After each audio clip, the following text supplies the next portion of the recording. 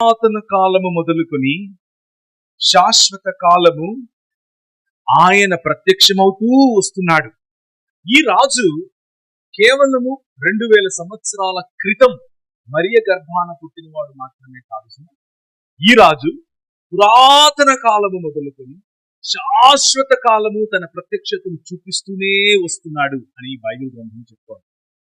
ఈ రాజు పురాతన కాలం మొదలుకొని ప్రత్యక్షతలు చూపిస్తూ ఉంటే ఎవరెవరికి కనిపించాడు, ఎక్కడ కనిపించాడు, ఏ విధంగా తన ప్రత్యక్షతను చూపించాడు, అలా చూపించడం వల్ల నాకు ఒరిగేదేమిటి అన్న ప్రశ్న వస్తుంది. మానవులను తిరిగి ఆయన సమాజముగా, మానవులను తిరిగి ఆయన కుటుంబముగా, మానవుల మధ్యలో తిరిగి ఆయన వచ్చి నివాసము చేసే విధంగా ఉదయం మనం చూసినట్లు ఆయన తలరాయి లేకపోతే ఆయన మూలరాయి మీ మధ్య ఆప్యాయతలను పెంచుతూ, మీ మధ్య ప్రేమను పెంచుతూ, మీ మధ్య ఒకరి పట్ల ఒకరికి ఉండాల్సిన అనురాగాన్ని పెంచుతూ, కుటుంబాలలో ఉన్నటువంటి అనురాగాన్ని పెంచుతూ, ప్రభుత్వాలకు ఉండాల్సినటువంటి బాధ్యతను పెంచుతూ, తన భుజముల మీద రాజ్యభారం మోసుకుని వచ్చినటువంటి ఈ రాజు కేవలము 2000 సంవత్సరాల క్రితం ఈ భూమి మీద నడిచాడు అని అనుకుంటే అది పొరపాటే. అది మానవుడిగా పుట్టినటువంటి సమయం. కానీ ఆయన మరియ గర్భాన పుట్టక మునుపు నుంచి కూడా, అనగా మానవ మనుగడ మొదలైనప్పటి నుంచి కూడా ఆయన నడుస్తూ వస్తున్నాడు. ఆయన పురాతన కాలము మొదలుకొని శాశ్వత కాలము తన ప్రత్యక్షతను చూపిస్తూ వస్తున్నాడు అన్న విషయాన్ని మీకు గుర్తు చేస్తున్నాను. అయితే ఆయన గురించినటువంటి, ఆయన ప్రత్యక్షతలను గురించినటువంటి అంశంలోనికి వెళ్ళటానికి ముందుగా మీకు ఒక మాట తెలియజేయాలనుకుంటున్నాను. ఆయన ప్రత్యక్షత ఈ రోజుకు కూడా తాజాగా నీ జీవితంలో అందుబాటులో ఉంది. నువ్వు కావాలి అని అనుకుంటే ఈ రోజు, ఇప్పుడు, ఈ రాత్రి నిద్రపోవటానికి ముందు ఆయన ప్రత్యక్షతను చూడాలి అని నువ్వు అనుకుంటే, ఆయనతో మాట్లాడాలి అని నువ్వు అనుకుంటే, ఆయనతో పరిచయం పెట్టుకోవాలి అని నీకు అనిపిస్తే నీ మనసులో ఒక్క మాట చెప్పు చూడు. నువ్వేంటో పురాతన కాలము నుంచి శాశ్వత కాలము నీ ప్రత్యక్షతను చూపిస్తూ వస్తున్నావంట, మరి నాకు చూపించవా అని అడిగి చూడు. నీకు కనిపిస్తున్న మతం వేరు. ఆయన వ్యక్తిగతంగా ఒక రాజు, ఆయన రాజ్యం వేరు. నీ మతం నీ జీవితంలో నీకున్న ప్రశ్నలకు, నీకున్న ఒంటరితనానికి, నీకున్న బాధకు, నీకున్న కలిమికి, నీకున్న లేమికి, నీకున్న సంబంధంలో ఉన్న ఇబ్బందికి సమాధానం ఇవ్వలేదేమో. కానీ ఈ రాజు, ఆయన ప్రత్యక్షత ఈ రోజు అందుబాటులో ఉంది. ఆ అందుబాటులో ఉన్న ప్రత్యక్షతను కనుక నువ్వు తీసుకుంటే నీకున్న ప్రతి సమస్యకు, నీకున్న ప్రతి ఇబ్బందికి, నీకున్న ప్రతి అనుమానానికి, నీకున్న ప్రతి అసూయకు, నీకున్న ప్రతి సంబంధంలో ఉన్న ఇబ్బందులకు ఈరోజు సమాధానం దొరుకుతుంది. నేను ఆ సమాధానం చెప్పలేకపోవచ్చు, కానీ ఆ రాజు నిన్ను ఎరిగినవాడు. 10,000 మందిలో నిన్ను చూసి నువ్వు పేరు పెట్టి పిలవగలవాడు. ఆ రాజు ఈరోజు పురాతన కాలం మొదలుకొని శాశ్వత కాలము తను చూపిస్తున్నటువంటి ప్రత్యక్షతల గురించి మీకు చెప్పే ప్రయత్నం చేస్తాను. అందులో రాబోయే ప్రత్యక్షత మీకేనేమి అన్న విషయాన్ని కూడా ముందే చెప్పి నేను మొదలు పెడుతున్నాను. ఆ రాజు పురాతన కాలము నుంచి శాశ్వత కాలము రాజ్యభారముతో నిండినటువంటి భుజములతో ఏలటానికి, ప్రపంచాన్ని ఏలటానికి రాబోతున్నాడు అని చెప్పినటువంటి ఆ రాజు ఎప్పుడొచ్చాడు, ఎవరికి వచ్చాడు అని ఆలోచిస్తే ఒక్కసారి మోషేని అడిగి చూడాలి. మోషే అనేటటువంటి ప్రవక్త ఇశ్రాయేలీయులు, అనగా ప్రపంచంలోనికి ఈ మానవుడు, ఈ దివ్య మానవుడు, ఈ ప్రపంచ మానవుడు, ఈ విశ్వమానవ సమాజాన్ని నిర్మించడానికి రానయ్యున్న మానవుడు వస్తాడు, నేను మిమ్మల్ని రక్షిస్తాను అని చెప్పటానికి ముందుగా ఆ మానవుడు మాట్లాడినటువంటి ఒకానొక ప్రవక్త ఈ మోషే. ఈ మానవుడు ఈ ప్రపంచంలోనికి మనిషిగా పుట్టక మునుపు దాదాపు 1400-1500 సంవత్సరాల క్రితం ఐగుప్తు అనే దేశంలో బానిసత్వంలో ఉన్నాడు. బానిసత్వంలో ఉన్నటువంటి ఈ వ్యక్తి ఆయనను చంపాలి అని రాజు ఆలోచిస్తే తన తల్లి ఆయనను దూరంగా పంపిస్తూ, ఆమె ఆయనకు దాయి అయి పెంచినటువంటి ఒక దాసుడి అయినప్పటికీ రాజవంశంలో పెరిగిన వ్యక్తి. ఆ రాజవంశంలో పెరిగినటువంటి వ్యక్తి అన్యాయం తన కళ్ళ ఎదుట జరుగుతూ ఉండగా అన్యాయాన్ని జయించటం కోసం అన్యాయం అనే దారినే వెతికినటువంటి వ్యక్తి.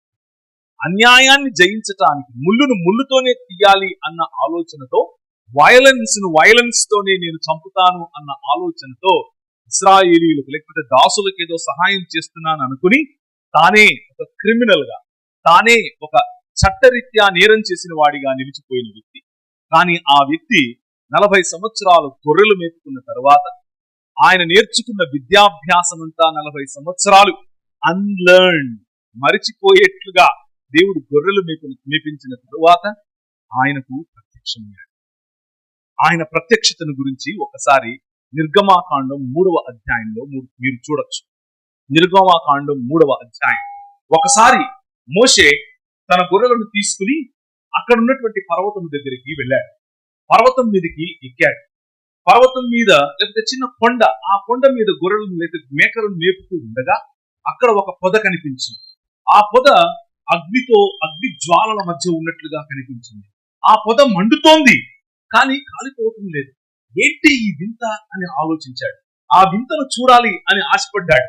ఆ వింత చూడాలి అని దగ్గరికి వెళుతూ ఉండగా ఆ పొద నడిమి నుండి ఎవరో మాట్లాడారు. పొద నడిమి నుండి మాట్లాడిన వ్యక్తి అంటున్నాడు, నువ్వు నిలబడినటువంటి స్థలము పరిశుద్ధమైనటువంటి స్థలం అని చెబుతూ ఆయన మాట్లాడుతున్నాడు. ఈయన అడిగాడు, ఇంతకు నువ్వెవరు అని అడిగాడు. అని అడిగితే ఆయనకు ఆ ప్రత్యక్షత, పొదలో నుంచి మాట్లాడుతున్నటువంటి దూత ఏమని మాట్లాడుతున్నాడు అనంటే, దూత అని రాయబడి ఉంది అక్కడ. ఏమని మాట్లాడుతున్నాడు అనంటే, ఉన్నవాడను అని చెప్పుకుని నేను యెహోవాను అని చెప్పాడు. ఈ ప్రత్యక్షత, అయ్యో మోషే నీకు ఈ ప్రత్యక్షత వచ్చిందా అని అడిగితే అవునండి వచ్చింది అని చెప్తాడు. ఈ మోషే ఇంకెవరో కాదు, బైబిల్లో ఉన్నటువంటి మొదటి 5 పుస్తకాలు రాసినటువంటి ప్రవక్త, రచయిత, ఆర్కిటెక్ట్, ఫిలాసఫర్, పొలిటీషియన్, రాజ్య నిర్మాణకుడు, ఇలా చెప్పుకుంటూ పోతే చాలా మాటలు ఆయన గురించి చెప్పచ్చు. ఆయనకు కలిగిన ప్రత్యక్షతను గురించి మాట్లాడినప్పుడు కేవలం నాకే కాదు, పరిశుద్ధాత్మ ద్వారా ప్రేరేపింపబడి నేను రాస్తున్నటువంటి ఈ మొదటి 5 పుస్తకాలలో, బైబిల్లో ఉన్న 5 పుస్తకాలలో ఇంకా అనేకులకు ఆయన ప్రత్యక్షత కనిపించింది, మీకు తెలుసా అని మనకు చెప్తాడు. ఎప్పుడు ఎవరికి కనిపించింది? మీకా గ్రంథం 5:2లో ఏమనుంది? పురాతన కాలము మొదలుకొని శాశ్వత కాలము ఈ మనిషి, ఈ వ్యక్తి, ఈ రాజు, ఈ ఏలేవాడు, ఈ ఏలిక తన ప్రత్యక్షతను చూపిస్తూ వస్తున్నాడు అంటే మనం మోషేని అడిగాం. మోషే చెప్తున్నాడు, అవును నాకు కనిపించాడు. నేను గొర్రెలు మేపుతూ ఉంటే పొద కాలుతోంది, పొద మండుతోంది, కానీ భస్మం అవటం లేదు. అలాంటి అగ్నిజ్వాలల నడుమ తనను తాను ప్రత్యక్షపరుచుకున్నటువంటి యెహోవా నాకు కనిపించాడు అని చెప్తాడు. ఆ తరువాత మరి ఆయన రాసిన పుస్తకాలలో ఇంకెవరికైనా కనిపించాడా అని ఆలోచిస్తే, నేను ఎందుకు ఈ మాటలు చెప్తున్నానో ముందే చెప్పాను. ఈ రోజు, ఈ రాత్రి ఈ రాజుతో పరిచయం, ఈ రాజు ప్రత్యక్షత నీకు అందుబాటులో ఉంది అని చెప్పడం కోసం ఈ మాట. మానవ మనుగడ మొదలైన తరువాత మానవుడు భయంకరమైనటువంటి పాపంలో పడిపోయారు. 5వ అధ్యాయం ఆదికాండములో మానవుని ఆలోచనలోని ఊహ అంతా కూడా కేవలము చెడ్డది అని చెప్పే స్థితిలోనికి మానవులు వెళ్ళిపోయారు. మానవుల యొక్క ఆలోచన ఎంత దిగజారిపోయింది అనంటే జంతు సంభోగులుగా అయిపోయారు. స్త్రీ పురుషులు మానేసి పురుష సంయోగం, స్త్రీ సంయోగం అనేది జరగటం మొదలుపెట్టింది. మానవుల యొక్క పరిస్థితి ఎంత దిగజారిపోయింది అనంటే వావి వరుసలు మరిచిపోయారు. మానవుల యొక్క జీవన విధానం ఎలా అయిపోయింది అనంటే ఒక తల్లి తన కుమారుని కోసుకుని తినేంత భయంకరమైనటువంటి స్థితిగతుల్లోనికి దిగజారిపోయిన సమయంలో దేవుడు వారిని చూసి ఆయన అన్నాడు, అయ్యో నేను ఈ మానవ సమాజాన్ని నిర్మించి తప్పేమైనా చేశానా అన్నట్టుగా ఆయన రిగ్రెట్ అయ్యాడు. ఆయన అలసిపోయాడు, ఆయన విసిగిపోయాడు. ఆయనకు తెలుసు మనల్ని ఈ పాప కూపములో నుండి, ఈ దిగజారుడు వ్యవస్థలో నుండి మనల్ని మనం బయటికి తీసుకొచ్చుకోలేం అని. అలా బయటకు తీసుకొచ్చుకోలేం అని తెలిసినటువంటి దేవుడు పురాతన కాలము మొదలుకొని శాశ్వత కాలము తానే ప్రత్యక్షతలు ఇవ్వటం మొదలుపెట్టాడు. తానే ప్రజలతో మాట్లాడటం మొదలుపెట్టాడు. అయితే దీనికి ఒక ఉద్దేశ్యం ఉంది సుమా, మతం కట్టడం కోసం కాదు.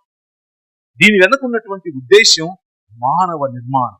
మళ్ళీ మానవులను కట్టాలి, మళ్ళీ మానవులను నా కుటుంబంలో చేర్చుకోవాలి, మళ్ళీ మానవులను నేను మొదట చేసినట్లుగా నా స్వరూపము నా పోలిక చొప్పున నన్ను పోలి నడుచుకునే నా గుణలక్షణములను ప్రతిబింబించే విధంగా మానవులను మళ్ళీ కట్టాలి అన్నటువంటి సంకల్పం. ఈ సంకల్పం మళ్ళీ భూమ్యాకాశములను కలిపే సంకల్పం. ఈ సంకల్పం మళ్ళీ ప్రపంచాన్ని తండ్రితో అనగా సృష్టికర్త అయినటువంటి దేవునితో సంధి చేసే సంకల్పం.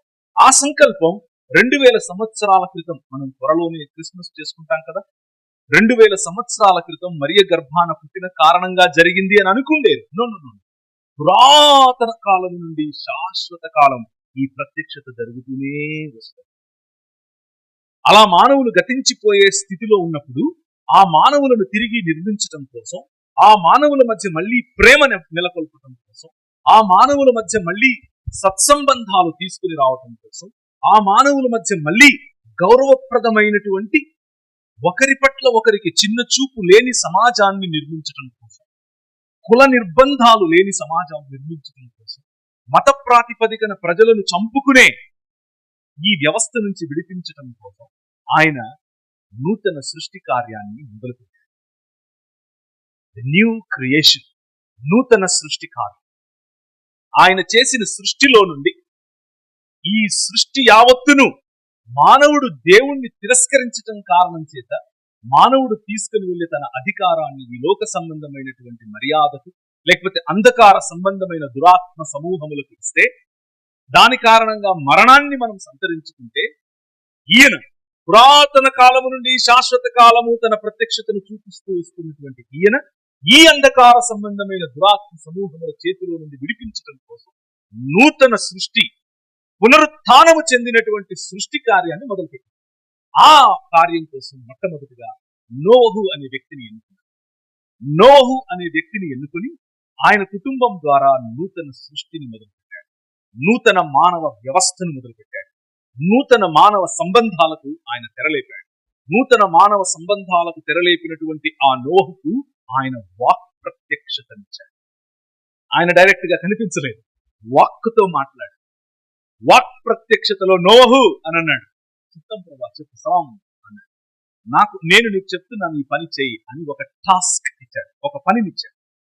ప్రపంచమంతా కూడా ఏ సమాజం అయితే ఇప్పుడు నాకు దూరమై మరణాన్ని సంతరించుకుంటోందో ఆ సమాజంలో నుండి నీ కుటుంబం ద్వారా నేను ఒక నూతన సమాజాన్ని నిర్మిస్తాను. దానికోసం నువ్వు ఒక ఓడను కట్టు అని అన్నాడు. నోవహుతో చేసిన మొట్టమొదటి నిబంధన, దేవుడు చేసిన నిబంధన, నేను హతమార్చే దేవుణ్ణి కాదు సుమా. అనేక మతాలు చెప్పినట్లుగా, క్రైస్తవ మతంలోనూ కొంతమంది మాట్లాడుతున్నట్లుగా ఆయన చంపే దేవుడు కాదు సుమా. ఆయన ఈ ప్రపంచాన్ని, ఈ సృష్టిని దహించి ఎక్కడికో తీసుకెళ్లిపోవటం కోసం కాదు సుమా. ఆయన చేసిన సృష్టిని బాగుంది అన్న దేవుడు, చాలా బాగుంది అన్న మనుషులను మళ్ళీ నిర్మించడం కోసం ఆయన నోవహుని ఎన్నుకున్నాడు. నోవహు ద్వారా ఆయన ఒక నిబంధన చేశాడు. నేను సంహరించడం కోసం కాదు, పునర్నిర్మాణం కోసం ఈ పని చేస్తున్నాను. ఆ కుటుంబములో నుంచి అనేక కుటుంబాలు వచ్చాయి. అనేక కుటుంబాలు ప్రపంచాన్ని అంతా కూడా విస్తరించిపోయాయి. ఆ రోజుల్లో ప్రపంచంలో ఒక గొప్ప చరిత్రలో మీరు వెనక్కి కనుక వెళ్ళి పుస్తకాలను తిరిగేస్తే ఒక గొప్ప రాజ్యం వచ్చింది, ఒక గొప్ప నాగరికత వచ్చింది. ఆ నాగరికత పేరు మెసొపొటేమియా నాగరికత. ఆ మెసొపొటేమియా నాగరికతలో ఊరు అనేటటువంటి ఒక ఊరు, తెలుగు ఊరు కాదు, వేరే కల్దీయుల భాషలో ఊరు అనేటటువంటి ఊరు. ఆ ఊళ్ళో ఒక వ్యక్తి తన ఇంటిల్లాదులందరూ కలిసి కూడా వనరులకు, మనము సృష్టించుకున్నటువంటి వనరులకు, అవే మనల్ని పాలిస్తున్న రాజులు, దేవుళ్ళు, కాపరులు అని అనుకున్న రోజుల్లో వాక్ప్రత్యక్షతనిచ్చి పట్టుకున్నటువంటి దేవుడు నోవహును ఏ విధంగా అయితే పట్టుకున్నాడో అలాగే ఇంకొక వ్యక్తిని పట్టుకున్నాడు. తన సృష్టి నూతన సృష్టిగా మారటానికి మనుష్యులను ప్రతిబింబముగా ఎన్నుకునే దేవుడు. మనుష్యులను సంహరించటం కోసం కాదు, మనుష్యులను ఉద్ధరించటం కోసం వచ్చేటటువంటి పురాతన కాలము నుండి శాశ్వత కాలము కలుగుతున్నటువంటి ప్రత్యక్షత. ఆయన ఇంకెవరో కాదు, అబ్రహాము అనే వ్యక్తి. మెసొపొటేమియా అనే ఈ ప్రాంతంలో, మెసొపొటేమియా అనే ఈ నాగరికత ఉన్నటువంటి రోజుల్లో నోవహు తరువాత అబ్రహాము అనే వ్యక్తిని పట్టుకున్నాడు. అబ్రహాము అనే వ్యక్తిని పట్టుకున్నటువంటి దేవుడు ఆయనకు కూడా మొదట వాక్ ప్రత్యక్షతనిచ్చాడు. 12వ అధ్యాయం ఆదికాండము 12వ అధ్యాయం మొదటి నుంచి ఎవరైనా చదవాలి. యెహోవా నీవు లేచి నీ దేశము నుండి నీ బంధువుల వద్ద నుండి నీ తండ్రి ఇంటి నుండి బయలుదేరి నేను నీకు చూపించు దేశమునకు వెళ్ళుము. నిన్ను గొప్ప జనముగా చేసి నిన్ను గొప్ప జనంగా చేస్తాను. నిన్ను ఆశీర్వదిస్తాను. నీ నామమును గొప్ప చేయి. నీ నామాన్ని గొప్ప చేస్తాను. నీవు ఆశీర్వాదంగా ఉంటావు. నిన్ను ఆశీర్వదించిన వారిని ఆశీర్వదిస్తాను. నిన్ను దూషించే వారిని శపిస్తాను. భూమి యొక్క సమస్త వంశాలు నీ ద్వారా నీ యందు ఆశీర్వదింపబడునని. ఈ విషయంలోనికి వెళ్ళటానికి ముందు ఆ ప్రత్యక్షతను గురించి ఒక మాట చెప్తాను. మీలో మీ కొరకు ఆశీర్వాదకరంగా ఉండే మీ స్థానిక పరిచారకుడు, మీ స్థానిక సేవకుడు ఆయన గుర్తు చేసుకోండి. దేవుడు సేవకులను ఈ విధంగా పిలుస్తాడు. నీ ద్వారా అనేకులకు ఆశీర్వాదం అని పిలుస్తాడు. నీ ద్వారా ఈ ప్రపంచాన్ని ఆశీర్వదిస్తాను అని పిలుస్తాడు. నీ ద్వారా ఈ కృష్ణపట్నాన్ని ఆశీర్వదిస్తాను అని పిలుస్తాడు. దేవుని పిలుపు ఇతరులను బాధ పెట్టేది కాదు. దేవుని పిలుపు ఇతరుల నాశనం కోరుకునేది కాదు. దేవుని పిలుపు ఇతరుల కంటే నేను హెచ్చుగా ఉండాలి అని కోరుకునేది కాదు. దేవుని పిలుపు, మీ సేవకుని యొక్క పిలుపు ఈ కృష్ణపట్నాన్ని ఆశీర్వదించేది.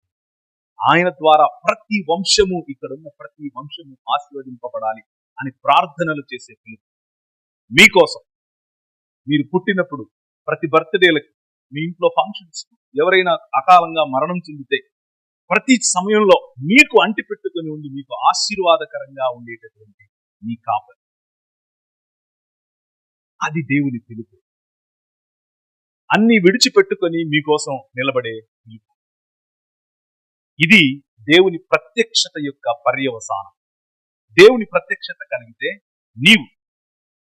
నువ్వు ఈ కృష్ణపట్నానికి, చుట్టుపక్కల ఉన్నటువంటి గ్రామాలకు, ప్రతి వంశానికి ఆశీర్వాదం అవుతావు. నీ నోట పలికే ప్రతి మాట ఆశీర్వాదముగా ఉంటుంది. మైకుల్లో నుంచి వింటున్న వారికి కూడా ఈ మాట చెప్తున్నారు. ఈ రాజును తెలుసుకోండి. మీరు కాలు పెట్టిన చోటు ఆశీర్వాదకరంగా మారుతుంది. మీరు పలికే ప్రతి పలుకు ఆశీర్వాదకరంగా మారుతుంది. మీరు ముట్టిన ప్రతి వ్యక్తి ఆశీర్వాదకరంగా ఉంటాడు. మీ ఆర్థిక, మీ సామాజిక, మీ దినచర్యలో ప్రతి క్షణం ఆశీర్వాదకరంగా ఉంటుంది. ఇది దేవుని పిలుపు, దేవుని ప్రత్యక్షతకు వచ్చేటటువంటి పర్యవసానం. అబ్రహాము జీవితంలో నూతన సృష్టి కార్యానికి సంబంధించిన రెండవ ఒడంబడిక, రెండవ నిబంధన ఆయన చేశాడు. నేను నిన్ను ఆశీర్వదిస్తాను, ఈ భూమి మొత్తాన్ని ఆశీర్వదిస్తాను, నీ ద్వారా ప్రతి వంశాన్ని ఆశీర్వదిస్తాను, ప్రతి కులాన్ని ఆశీర్వదిస్తాను, ప్రతి మతాన్ని ఆశీర్వదిస్తాను, ప్రతి రంగాన్ని ఆశీర్వదిస్తాను.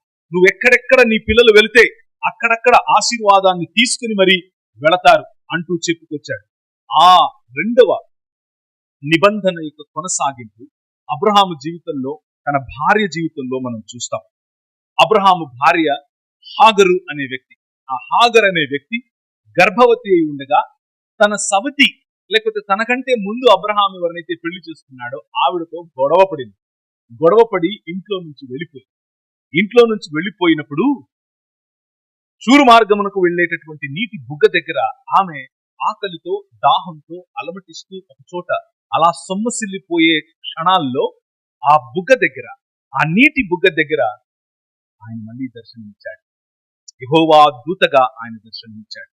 యెహోవా దూతగా దర్శనమిచ్చినటువంటి పురాతన కాలము నుండి శాశ్వత కాలము తన ప్రత్యక్షతను చూపిస్తున్నటువంటి వ్యక్తి హృదయాన్ని నేను మీకు ఈరోజు పరిచయం చేస్తున్నాను. ఆయన హృదయం ఏమిటి అని అంటే, నువ్వు ఒంటరిగా ఉన్నావా? నువ్వు నీ వాళ్లకు దూరంగా పారిపోవాలి అన్న ఆలోచనలో ఉన్నావా? నీకు ఊపిరాడట్లేదా ఇంట్లో? నీకున్న సంబంధంలో ఇప్పుడు నీ మనసు బాగా కచ్చగా ఉందా? 16వ అధ్యాయంలో ఈ విషయాన్ని చూస్తారు మీరు. ఆదికాండం 16వ అధ్యాయంలో సమయం ఉన్నప్పుడు చూడండి.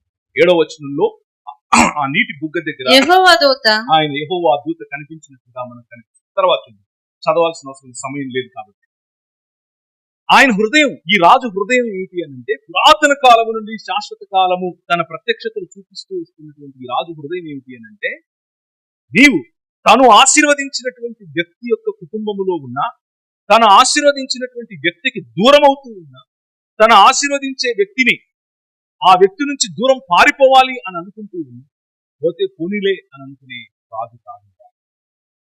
ఈ రాజు నీ ఒంటరితనంలో, నీ అక్కరలో, నీ అనారోగ్యంలో, నీ ఆర్థిక లేమిలో నేను అలా వదిలివేసేవాడు కాదు. ఆయనకేం పని లేక ఆ రోజు హాగరును పలకరించింది ప్రణాళిక. ఈ రాజుకు స్త్రీల పట్ల ఉన్న ప్రత్యేకమైన ప్రణాళిక, ఈ రాజుకు బలహీనుల పట్ల ఉన్న ప్రత్యేకమైన ప్రణాళిక, ఈ రాజుకు ఒంటరి అయిపోయిన ప్రతి మనిషి పట్ల ఉన్న ప్రత్యేకమైన ప్రణాళిక. ఈరోజు కూర్చున్న మీలో కానీ, వింటున్న వారిలో కానీ, ఒకవేళ నేను ఒంటరిని అయిపోయాను, నా బంధుమిత్రులు నన్ను వదిలేశారు, నా ఆకలిలో, నాకున్న రోగంలో, నాకున్న ఆర్థిక ఇబ్బందుల్లో ఒక్కరు కూడా చేయిపట్టరే అని ఆలోచిస్తూ ఉంటే ఈ రాజు ప్రత్యక్షత మీకు సిద్ధంగా ఉంది. ఆనాడు తూరు మార్గము గుండా వెళ్లే ఆ బుగ్గ దగ్గర, నీటి బుగ్గ దగ్గర హాగరును కనుక్కున్నటువంటి ఈ రాజు, ఈ యెహోవా దేవుడు మీ జీవితంలో ప్రత్యక్షత ఇవ్వడానికి ఈరోజు సిద్ధంగా ఉన్నాడు. మీరు చేయాల్సిందల్లా ఏమిటి అని అంటే, మీ హృదయాన్ని విప్పి ఆయన నాకు ప్రత్యక్షతనిస్తావా అని అడిగితే చాలు. He is available right here right now today. ఇది మూడవ ప్రత్యక్షత. రెండవ ఆయన చేసిన నిబంధనలోనే ఉన్నటువంటి ఇంకొక. అలాగే అబ్రహాము ఒక రోజు మమ్రే దగ్గర ఉన్న సింధూర వనంలో ఆ చెట్టు కింద జల్దరు అనుకుంటారు, మస్తక విష్ణువు, దాని కింద కూర్చుని ఉన్నాడు. అలా కూర్చుని ఉన్నప్పుడు ముగ్గురు వ్యక్తులు ఆయన దగ్గరికి వచ్చారు. ఆ ముగ్గురు వ్యక్తులు రావడం చూసి ఈయన సాష్టాంగపడి, మీరు వెళ్ళటానికి వీల్లేదు, భోంచేసి వెళ్ళండి అని అన్నాడు. భోంచేసి వెళ్ళండి అని అంటే ఆ ముగ్గురు ఆగిపోతే వెళ్లి తన భార్యతో భోజనం వండించుకుని తీసుకుని వచ్చి వీళ్లను తన ఇంటికి తీసుకుని వెళ్లి గుడారములోనికి భోజనం పెట్టాడు. భోజనం పెడితే ఆ ముగ్గురు వ్యక్తుల్లో ఇద్దరు దేవదూతలుగా వాళ్ళు పరిచయం చేసుకున్నారు. వాళ్ళు అక్కడి నుంచి వెళ్ళిపోయారు. ఒక వ్యక్తి ఆయన ఇంకెవరో కాదు, పురాతన కాలము మొదలుకొని శాశ్వత కాలము ప్రత్యక్షమవుతూ వస్తున్నటువంటి ఈ రాజే అని తను తాను ఆయన బయలుపరుచుకుని తన భార్య అయినటువంటి అప్పటికే వృద్ధురాలైపోయినటువంటి సారను ఆశీర్వదిస్తూ అంటాడు, 1 సంవత్సరం తిరగక ముందే నేను మళ్ళీ వస్తాను, నువ్వు పండంటి బిడ్డను అంటావు అని చెప్పాడు. ఆశీర్వాదం. నేను గొడ్రాలునైపోయాను అని అనుకుంటున్నావా? ఆయన ప్రత్యక్షత ఇప్పుడు ఇక్కడ ఈ రోజు రెడీగా ఉంది. ఇంట్లో పోరు భరించలేకపోతున్నాను అని అనుకుంటున్నావా? అందరూ అనే మాటలు వినలేక నేను అసలు ఏం చేయాలో అర్థం కాలేదు అని అనుకుంటున్నావా? ఆయన ఇప్పుడు ఇక్కడ ఈ రోజు నీ జీవితంలో కార్యం చేయడానికి సిద్ధం. ఇప్పుడు ఇక్కడ ఈ రోజు ఆయన రాజ్య ఫలములను నీకు పంచడానికి ఆయన సిద్ధం. ఆయన ప్రత్యక్షత నీకు సిద్ధంగా ఈ రోజు ఇప్పుడు నీకు అందుబాటులో ఉంది. సారా జీవితంలో ఆయన అంటాడు, నేను మళ్ళీ 1 సంవత్సరం తర్వాత వస్తాను, నువ్వు వృద్ధురాలి అయిపోయావు కరెక్టే, కానీ నీ గర్భాన్ని నేను తెరుస్తాను, నీ ద్వారా నేను ఒక కుమారుణ్ణి నీకు ఇస్తాను. అబ్రహాముకు ఇంకొక కుమారుడు పుడతాడు, ఆయన పేరు ఇస్సాకు అని చెప్పాడు. ఆ ఇస్సాకు పుట్టి పెరిగి పెద్దవాడైన తర్వాత ఇస్సాకును తీసుకుని అబ్రహాం బయలుదేరాడు. ఇంకొక ప్రత్యక్షత చెప్పినాడు. అబ్రహాము బయలుదేరి ఆ కొండ మీదకి వెళ్ళి కొండ మీద ఇస్సాకును నాకు బలి ఇవ్వు అని చెప్పినట్లుగా విన్నటువంటి అబ్రహాము, దేవుడు నన్ను నా కుమారుణ్ణే బలివ్వమంటున్నాడు అని చెప్పి తీసుకుని వెళ్ళి. కానీ బైబిల్ ఏం చెప్తుంది అని అంటే, మన దేవుడు లేకపోతే ఈ దేవుడు, ఈ రాజు యొక్క హృదయం బలులు అడిగే హృదయం కాదు సుమా, మనుషులను చంపమని అడిగే హృదయం కాదు సుమా, నా కోసం రక్తాన్ని చిందించు అని చెప్పే హృదయం కాదు సుమా. అది అర్థం చేసుకున్నటువంటి, నీ ద్వారా ప్రపంచాన్ని ఆశీర్వదిస్తాను అని చెప్పినటువంటి నిబంధనను గుర్తుపెట్టుకున్నటువంటి ఈ అబ్రహాము పిల్లవాడిని తీసుకుని వెళ్ళి బలి సైతం ఇవ్వడానికి విధేయత చూపిస్తాడు. ఆ సమయంలో మళ్ళీ పైనుంచి ఒక స్వరం, మళ్ళీ ఆయన మాట్లాడటం మొదలు పెడతాడు. ఈసారి కూడా మళ్ళీ వాక్ ప్రత్యక్షతే. వాక్ ప్రత్యక్షతలో అబ్రహాముతో మాట్లాడుతూ అంటాడు, ఆ పిల్లవాడి మీద చేతులు చేయి వేయొద్దు అని అంటాడు. నువ్వు నీ మనసులో ఎప్పుడైతే నాకు నీ పిల్లవాడిని సైతం ఒక్కగానొక్కడైన నీ కుమారుని సైతం ఇవ్వటానికి నువ్వెప్పుడు వెనకాడలేదో, ఆ క్షణమే నువ్వు దేవునికి భయపడువాడవని ఇందువలన నాకు కనబడుచున్నది అనెను. అని ఎవరు చెప్తున్నారు? 22వ అధ్యాయంలో మీరు చూస్తారు. ఎవరు చెప్తున్నారు? యెహోవా దూతగా, దేవుడే యెహోవా దూతగా బయలుపడుతూ ఉన్నటువంటి పురాతన కాలము మొదలుకొని శాశ్వత కాలము తన ప్రత్యక్షతను చూపిస్తూ వస్తున్నటువంటి వ్యక్తి మాట్లాడుతూ నాకు తెలిసింది, నీ ద్వారా నేను ఈ ప్రపంచాన్ని ఆశీర్వదిస్తాను అనుకున్నాను కదా, నువ్వేమో నీ పిల్లవాడిని ఇవ్వటానికి సైతం నువ్వు సిద్ధపడుతున్నావు కదా, నా హృదయం అలాంటిది. నీకోసం, మానవ సమాజాన్ని తిరిగి నిర్మించటం కోసం, మానవ సమాజాన్ని తిరిగి పునరుత్థానములోనికి తీసుకుని వెళ్ళటం కోసం, ఇంకెప్పుడూ మరణించినటువంటి నిత్య జీవములో మిమ్మల్ని నిలబెట్టడం కోసం నా కుమారుణ్ణి సైతం నేను ఇచ్చేటటువంటి ప్రత్యక్షతను నీకు ఇస్తున్నాను అని చెప్పాను. ఆ రాజు గొప్పతనం మీకు ఈరోజు పరిచయం చేసే ప్రయత్నం చేస్తున్నాను. 2వ నిబంధన, ప్రపంచాన్ని నేను తిరిగి నిర్మిస్తాను. ఇలా ప్రత్యక్షమైన దేవుడు, ఇలా ప్రత్యక్షమైన యెహోవా దూత ఇంకెవరో కాదు, ఆ దేవుడు ఇదే అబ్రహాముతో మాట్లాడుతున్నాడు. 400 పైచిలుకు సంవత్సరాలు నీ పిల్లలు వేరే దేశంలో బానిసలుగా ఉంటారు. బానిసలుగా ఉన్న నీ పిల్లలను మళ్ళీ నేను తీసుకుని వస్తాను. ఈ కనాను ప్రాంతంలో ఉన్న ప్రజలకు 400 పైచిలుకు సంవత్సరాలు వారి పాపముల నుండి వాళ్ళు మారు మనస్సు పొందటానికి సమయం ఇస్తున్నాను. కానీ వాళ్ళ మనసులు మారకపోతే, కానీ వాళ్ళు నా వైపుకు తిరగకపోతే, కానీ వాళ్ళు న్యాయమును జరిగించకపోతే, కానీ వారు కనికరమును ప్రేమించకపోతే, ఇంకా వారి పిల్లలను మొలకకు అర్పిస్తే, బలులుగా అర్పిస్తే, పిల్లలను చంపుకుంటే, అగ్నిగుండం గుండా నడిపిస్తే, స్త్రీలను మాకంటే తక్కువ వారు అన్న చిన్న చూపు చూస్తే, ఇలా భయంకరమైన అన్యాయము సమాజంలో విస్తరిస్తే, వారి మధ్యలో మిమ్మల్ని తీసుకొచ్చి ఒక రాజ్యంగా మిమ్మల్ని నిలబెడతాను అని చెప్పి పంపించాడు.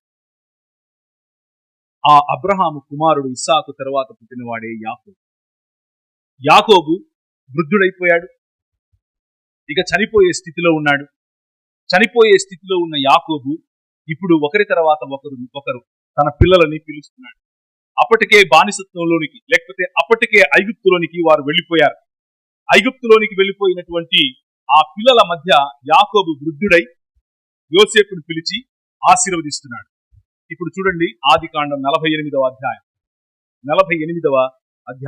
15-16 వచనాలు. ఆ దూత ఎవరో ఇక్కడ మనకు స్పష్టంగా తెలుస్తుంది. అంతట యోసేపును దీవించి నా పితరులైన అబ్రహాము ఇస్సాకులు ఎవని ఎదుట నడుచుచుండిరో ఆ దేవుడు నేను పుట్టినది మొదలుకొని నేటి వరకు ఎవడు నన్ను పోషించెనో ఆ దేవుడు అనగా సమస్తమైన కీడులలో నుండి నన్ను తప్పించిన దూత ఈ పిల్లలను ఆశీర్వదించునుగాక. నా పేరు ఆనాడు హాగరుతో మాట్లాడిన దూత, ఆనాడు ఆకాశమందుండే అబ్రహామును తన కుమారుడైన ఇస్సాకును చంపకుండా ఆపిన దూత, ఆనాడు అగ్ని పొదలో నుండి మాట్లాడినటువంటి దూత ఎవరితో? మోషేతో. ఇంకెవరో కాదు, స్వయంగా దేవుడు, స్వయంగా యెహోవాగా పరిచయం చేసుకునేటటువంటి దేవుడు. ఆ దేవుడు నన్ను నా కాపరి అని చెప్తున్నాడు. ఆ దేవుడు సమస్తమైన కీడుల నుంచి నన్ను విడిపించేవాడు అని చెప్తున్నాడు. ఆ దేవుడు నాకు అన్నం పెట్టి పోషించిన వాడు అని చెప్తున్నాడు. ఆ దేవునితో ఉన్న దగ్గరి సంబంధాన్ని యాకోబుతో ఎలా ఉందో ఒకసారి చూడండి. అయితే మైకుల ద్వారా వింటున్న, ప్రాంగణములో ఉన్న మీకు నేను చెప్పే ఒక ప్రధానమైన అంశం, ఈ రాజు, ఈ దేవుడు, ఈ దూతగా, యెహోవా దూతగా మీ ముందు ప్రత్యక్షమవుతాను. పురాతన కాలము నుండి శాశ్వత కాలము తన ప్రత్యక్షత అందుబాటులో ఉంది అని చెప్పాను కదా.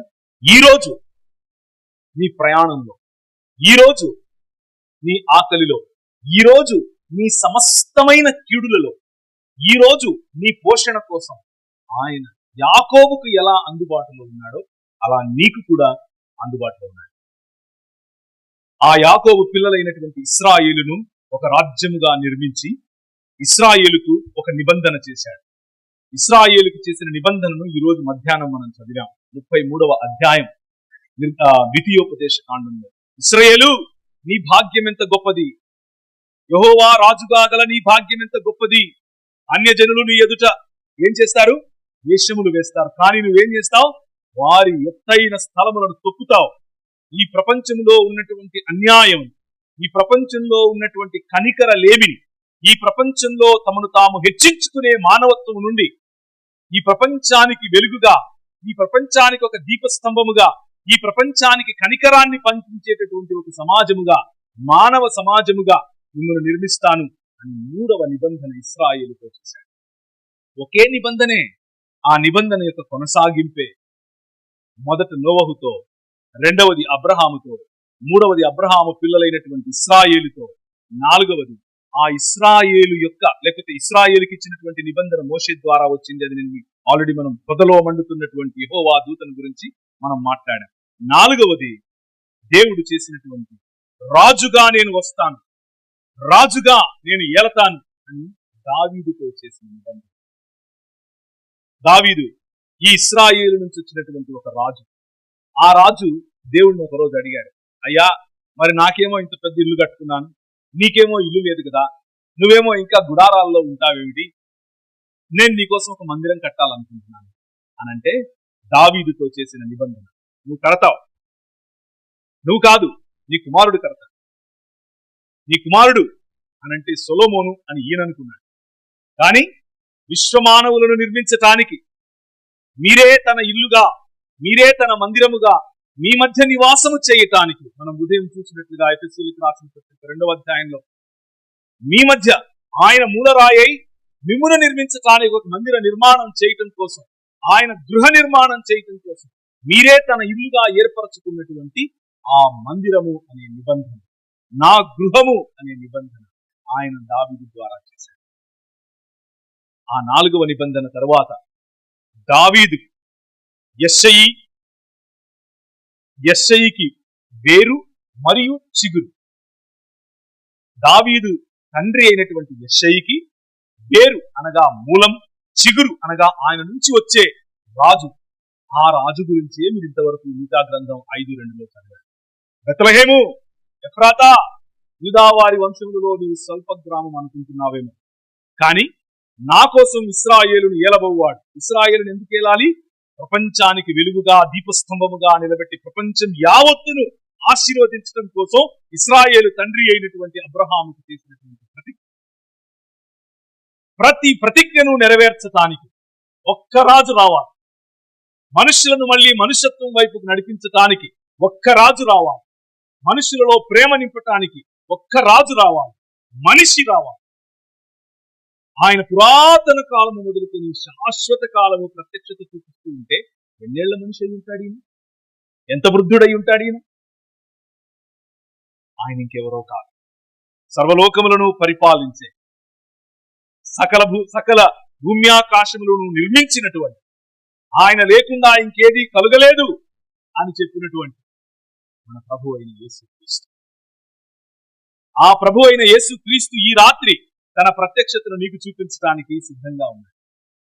ఆయన ప్రత్యక్షతలో ఒక్కసారి గనక నీ మనసులోనికి ఆయనను ఆహ్వానిస్తే, నీ జీవితంలోనికి ఆయనను ఆహ్వానిస్తే, నీ కుటుంబంలోనికి ఆయనను ఆహ్వానిస్తే, నీ ఇంటిలోనికి ఆయనను ఆహ్వానిస్తే, నేను ఇంతవరకు చెప్పిన ప్రతి ప్రతిజ్ఞ, విశ్వమానవ నిర్మాణంలో ఆయన నీతో కలిసి నీకు పోషకుడుగా, నీకు మార్గదర్శిగా, నీ సంబంధములను సరిచేసేవాడుగా, నీ ఆర్థిక ఇబ్బందుల్లో, నీ ఒంటరితనంలో హాగరుతో నిలబడినట్లుగా నీతో నిలబడతాడు. యాకోబును పోషించిన విధంగా నిన్ను పోషిస్తాడు.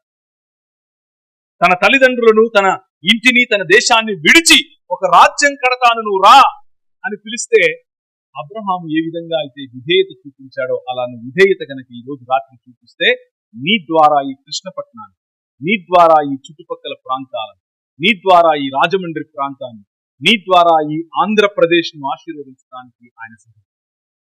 నీ ద్వారా అనేకమైన అద్భుత కార్యాలు చేయడానికి ఆయన సిద్ధం. కేవలం నువ్వు ఆశీర్వదించబడటం కోసమే కాదు, నీ ద్వారా ఈ ప్రపంచాన్ని నిర్మిస్తాడు. నీ ద్వారా నీ బంధుమిత్రులను నిర్మిస్తాడు. నువ్వు మాట్లాడిన చోట ఆశీర్వాదం, నువ్వు నడిచిన చోట ఆశీర్వాదం, నువ్వు పలికిన మాట ప్రజల జీవితాన్ని కడుతుంది.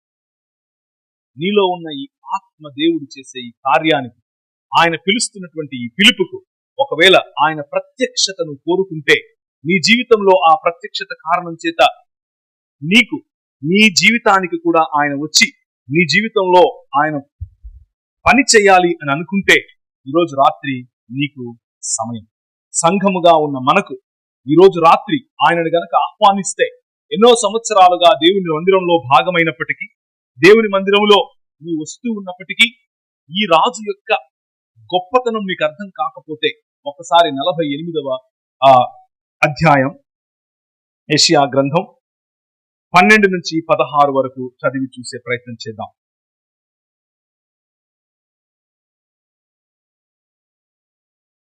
ఈ రాజు పురాతన కాలము నుంచి శాశ్వత కాలము తన ప్రత్యక్షతను చూపిస్తూ వస్తున్నటువంటి ఈ రాజు ఏమని పలుకుతున్నాడో వినండి. యాకోబు, నేను పిలిచిన ఇశ్రాయేలు, నాకు చెవి యొక్క వినుము. నేనే ఆయనను, నేను మొదటి వాడిని, కడపటి వాడిని. నా హస్తము భూమికి పునాదులు వేసింది. నా కుడి చెయ్యి ఆకాశ వైశాల్యములను వ్యాపింప చేసింది. నేను వాటిని పిలువగా ఒకటి తప్పకుండా అవన్నీ నిలుస్తాయి. నేనే ఆజ్ఞ ఇచ్చిన వాడను. నేనే అతన్ని పిలిచాను. నేనే అతన్ని రప్పించాను. అతని మార్గము తేజరిల్లుతుంది. నా యొద్దకు రండి.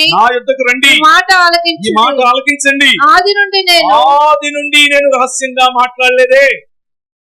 ఆది అన్న సమయం పుట్టినది మొదలుకొని నేను అక్కడ ఉన్నవాణ్ణి. ఇప్పుడు ప్రభువు యెహోవాయు ఆయన ఆత్మయు నన్ను పంపెను. ఎవరు మాట్లాడుతున్నారో తెలుసా? పురాతన కాలము మొదలుకొని శాశ్వత కాలము తన ప్రత్యక్షతను చూపిస్తూ వస్తూ ఉన్నటువంటి యెహోవా దూతగా మనకు పరిచయం ఇంతవరకు అయినటువంటి మన ప్రభు అయిన యేసు క్రీస్తుని ఆయన తండ్రియు మరియు ఆత్మయు పంపుతున్నట్లుగా మనకు దేవుని వాక్యం చెబుతారు. ఆది నుండి రహస్యంగా ఆయన మాట్లాడారు. ఆయన ప్రత్యక్షత కనిపిస్తూనే ఉంది. ఆయన ప్రత్యక్షత మనుషులు ఎదుటికి వస్తూనే ఉంది. ఆయనను ఎందరైతే స్వీకరించారు, ఆయనను ఎందరైతే కౌగిలించుకున్నారు, ఎందరైతే కుమారుణ్ణి ముద్దు పెట్టుకున్నారు, వారందరి జీవితాలు మారిపోయాయి. నా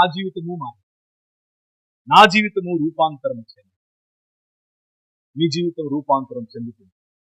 సంఘంలో భాగంగా ఉన్నారు, కానీ ఈ రాజుతో పరిచయం లేకపోతే, ఇంకా ఈ రాజుకు సంబంధించినటువంటి గుణలక్షణాలు మీకు అర్థం అవ్వకపోతే, ఈ రోజు నుంచి ఒక కమిట్మెంట్ తీసుకోండి. ఈ రాజును గురించిన క్షుణ్ణమైన అధ్యయనం నేను చేస్తాను. నన్ను ఎలా ఆయన ఈ లోకానికి వెలుగుగా చేస్తాడు, నన్ను ఎలా ఆయన ఈ భూమికి ఉప్పుగా సారమిచ్చేదిగా చేస్తాడు, నేను ఏ విధంగా ఆశీర్వాదంగా మారతాను, నేను ఏ విధంగా సంఘానికి ఆశీర్వాదం అవుతాను, నేను ఏ విధంగా ఈ సమాజానికి ఆశీర్వాదం అవుతాను, నేను ఏ విధంగా ఈ కృష్ణపట్నం గ్రామానికి ఆశీర్వాదం అవుతాను అన్న ప్రశ్నతో ఈరోజు ఇక్కడి నుంచి వెళ్ళండి. ఆయన ప్రత్యక్షత కలిగిన ఎవరు మతంతో ఆగిపోయి, ఆయన ప్రత్యక్షత కలిగిన ఎవరు సేవకుల పట్ల, సేవకులు చేసే సేవ పట్ల నిర్లక్ష్య ధోరణి కలిగి ఉండరు. ఆయన ప్రత్యక్షత కలిగిన వారు మానవ సమాజం పట్ల, మనుషుల మధ్య బంధాల కోసం, గ్రామ అభివృద్ధి కోసం, ప్రజల అభివృద్ధి కోసం, ప్రజల బాగు కోసం ఎప్పుడు ఆయన ప్రత్యక్షత కోసం ఎదురు చూస్తూ, ఆయన చెప్పిన మాటలను ప్రజలకు చేరవేస్తూ, ఆయన వచ్చి నివాసయోగ్యమైన స్థలముగా మిమ్మల్ని మార్చినప్పుడు అందులో మా మామ ఉండాలి, మా అత్త ఉండాలి, మా బాబాయ్ ఉండాలి, మా గ్రామస్తులందరూ ఉండాలి అన్న పెద్ద కల కంటారు. ఆ దర్శనాన్ని తీసుకునే సంఘం ఈరోజు వార్షికోత్సవం జరుపుకుంటారు. ఆ దర్శనం కలిగి ఉన్నటువంటి వారే సంఘం అవుతారు. ఆ దర్శనం గనక కలిగి లేకపోతే మనము ఒక సమాజంలో ఏదో ఒకటి అలా బ్రతికిపోతాం. ఆ ప్రత్యక్షత, ఈ రాజు ప్రత్యక్షత, తండ్రి మరియు ఆయన ఆత్మ పంపినటువంటి రాజు యొక్క ప్రత్యక్షత మీ జీవితంలో కలగాలి అని నేను ఆశపడుతున్నాను. కూర్చున్నవారు, అలాగే మైకుల ద్వారా వింటున్నవారు, ఈ రాజుతో సంబంధం, ఈ రాజుతో పరిచయం ఏర్పరచుకుంటే ఆ రాజు తన నివాసమును విడిచి మన మధ్యకు రావటానికి వస్తాను అని చెప్పాడు. ఉదయం చూసాం కదా, జకరియా గ్రంథం 2వ అధ్యాయంలో తన సింహాసనమును విడిచి మన మధ్యకు వచ్చినట్టుగా మనం చూస్తాం. సువార్తలలో ఆయన పేరు యేసు అని ఎందుకుంటుంది అని అంటే, ఆయన తన ప్రజలను తానే రక్షిస్తాడు, ఆయన తన ప్రజలను తానే విమోచిస్తాడు. ఆయన పేరు ఇమ్మానుయేల్ అని ఉంటుంది. ఎందుకు? దేవుడు మన మధ్య, లేకపోతే మనకు తోడుగా ఉంటాడు. క్రైస్తవం చెప్పే ఏకైక సత్యం, దీన్ని మించిన సత్యం ఇంకొకటి లేదు. ఆయన వచ్చి నీకు తోడుగా ఉండటమే క్రైస్తవం. ఆయన వచ్చి ఈ 66 పుస్తకాలు ఉన్నటువంటి బైబిల్ యొక్క వెలుగులో సమాజాలను ఎలా వృద్ధి చేశాడు, సమాజాలను ఎలా కట్టాడు, ప్రేమను ఎలా నింపాడు. ఆయన మరణ పునరుత్థానాల తర్వాత 60 సంవత్సరాలకు ఒక ప్లేగ్ వచ్చింది, కరోనా లాంటిది. వందలకు వందలు గుట్టలు గుట్టలుగా పడి చనిపోతున్నారు.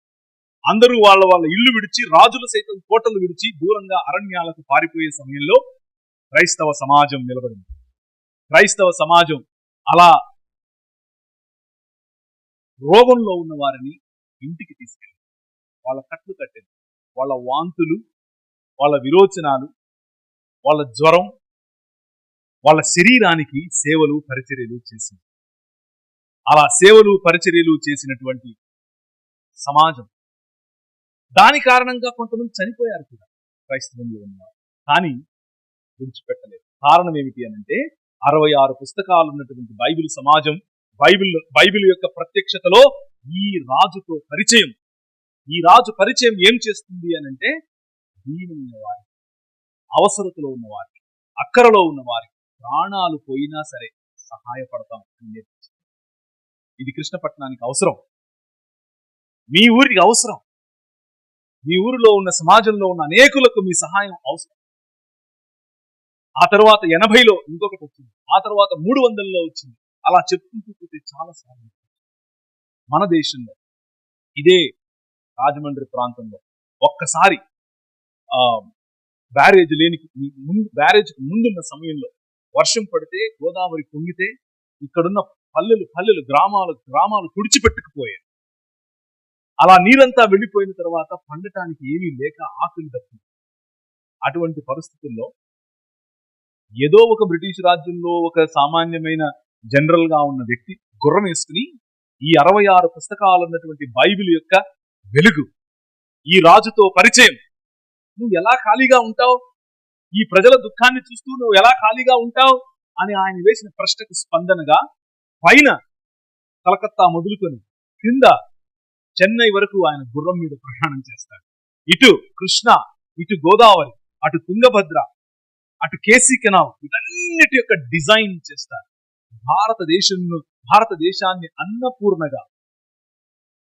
అన్నపూర్ణగా మార్చడానికి ఒక్క వ్యక్తి ఈ రాజును కలిసిన తర్వాత, ఈ రాజుతో పరిచయం ఏర్పడితే, 66 పుస్తకాలున్న బైబిల్ యొక్క ప్రకాశం మీ జీవితంలో పడితే, ఆయన సర్ ఆర్థర్ థామస్ కాటన్ గారు ఒక బ్యారేజీ కట్టాడు. ఇన్నేళ్లగా ఉన్నటువంటి వీరు, ఇన్నేళ్లగా ఉన్నటువంటి మనం చేయలేనిది ఒక్క క్రైస్తవ సమాజం, మనుషులను ప్రేమించే సమాజం, మనుషుల మధ్య మంచి జరగాలి అనే ఆశించే సమాజం. దాని ద్వారా ఈరోజు భారతదేశంలో ఉన్నటువంటి అతి సారవంతమైన భూముల్లో ఈ తూర్పు గోదావరి, పశ్చిమ గోదావరి జిల్లాల భూమి సారవంతమైనదిగా మారింది. కారణం ఒక్క మనిషి యొక్క విధేయత. అలా క్రైస్తవ సమాజం, ఈ రాజు నెరిగినటువంటి క్రైస్తవ సమాజం, ఈ రాజు యొక్క రాజ్యాన్ని ఈ దేశంలో విస్తరింపజేస్తూ ఉంది. బానిసత్వ విముక్తి ఈ భారతదేశంలో క్రైస్తవ సమాజం తీసుకొచ్చినటువంటి విప్లవం. అందరికీ చదువు భారతదేశంలో క్రైస్తవ సమాజం తీసుకొచ్చినటువంటి విప్లవం. జోగిని వ్యవస్థను మనం అడ్డుకోవాలి, భారతదేశంలో జరిగినటువంటి క్రైస్తవ సమాజం తీసుకొచ్చినటువంటి విప్లవం. అలాగే అందరికీ ఇంగ్లీష్ ఎడ్యుకేషన్ మనం తీసుకొచ్చినటువంటి విప్లవం. అందరికీ సమానమైనటువంటి హక్కులు మనం తీసుకొచ్చినటువంటి విప్లవం. అందరికీ సమానమైన న్యాయం, సమన్యాయం క్రైస్తవ సమాజం తీసుకొచ్చినటువంటి విప్లవం. ఇలా చెప్పుకుంటూ పోతే భారతదేశ నిర్మాణాన్ని మళ్ళీ ఆ ప్రత్యక్షత దగ్గరికి వెళ్ళండి. ఒక నూతన సృష్టి కార్యం నేను చేస్తున్నాను అని చెప్పాడే, ఆ ప్రత్యక్షత దగ్గరికి వెళ్ళండి. నీ ద్వారా, నీ పిల్లల ద్వారా నేను ఈ ప్రపంచాన్ని ఆశీర్వదిస్తాను. ఆ ఆశీర్వాదం అక్కడెక్కడో మెసపటోమియాలో ఆగిపోలేదు, మన దేశానికి మీ ఊరికి వచ్చింది. మన చుట్టుపక్కల ప్రాంతాలను సుభిక్షంగా మార్చింది. ఈరోజు రాత్రి మతం అన్నటువంటి ఆలోచనను పక్కన పెట్టి ఎవరో ఒక వ్యక్తిట ఆయన పురాతన కాలం మొదలుకొని శాశ్వత కాలం తన ప్రత్యక్షతను చూపించాడు. ఆయన రాజట, ఆయన కాపరియట, ఆయన ఒంటరితనంలో తోడుగా ఉంటాడు, ఆయన దరిద్రంలో మనల్ని దరిద్రం నుంచి పైకి లేపుతాడట, ఆయన సుభిక్షతనిస్తాడట, ఆయన సమానత్వం గురించి చెప్తాడట, ఆయనకు స్త్రీలన్నా బలహీనులన్నా పిల్లలన్నా చాలా ఇష్టమట. ఆయన మార్గంలో ఒకసారి చూద్దాం ఎలా ఉంటుందో అని గనుక మీరు నిర్ణయించుకుంటే మీ ద్వారా, మన ద్వారా ఈ ప్రాంతాన్ని, ఈ దేశాన్ని నిర్మించడానికి ఆయన సిద్ధంగా ఉన్నారు. ఒకవేళ కూర్చున్న మీరు, అలాగే మైకుల ద్వారా వింటున్న వారు, మీకేమైనా ప్రశ్నలు ఉంటే స్థానికంగా ఉన్న సేవకుని అడిగి చూడండి. లేదు, నా అనుమానాలు, నాకున్న అపోహలు, నాకున్న ప్రశ్నలు పక్కన పెట్టి ఈ రాజుతో నాకు పరిచయం కావాలి అని అనుకుంటే మీకెవరూ అక్కర్లేదు.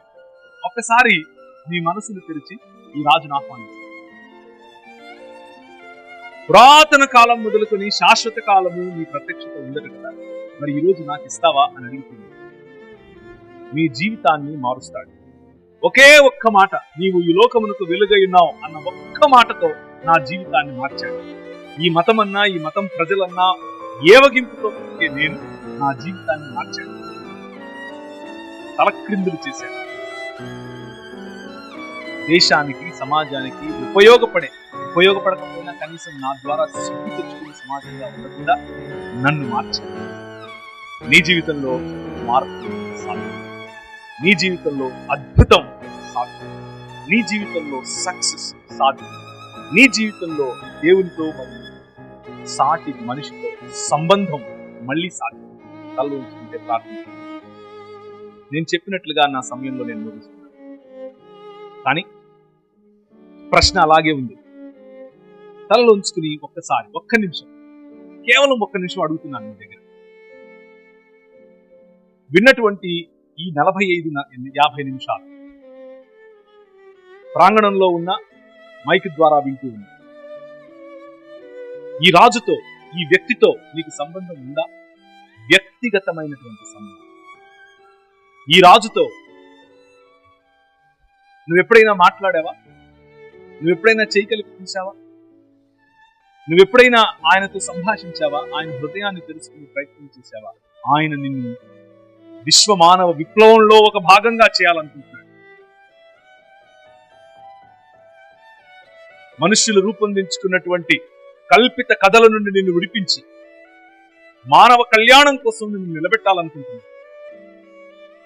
నీ జీవితం ద్వారా అనేకులను ఆశీర్వదించాలనుకుంటున్నాడు. దానికి ముందు నువ్వు ఆశీర్వదించాలి. ఆ రాజు ఈరోజు నీ పక్కన నిలబడుకొని would you like to travel with me అని అడుగుతున్నాడు. నువ్వు నాతో కలిసి నడుస్తావా అని అడుగుతున్నాడు.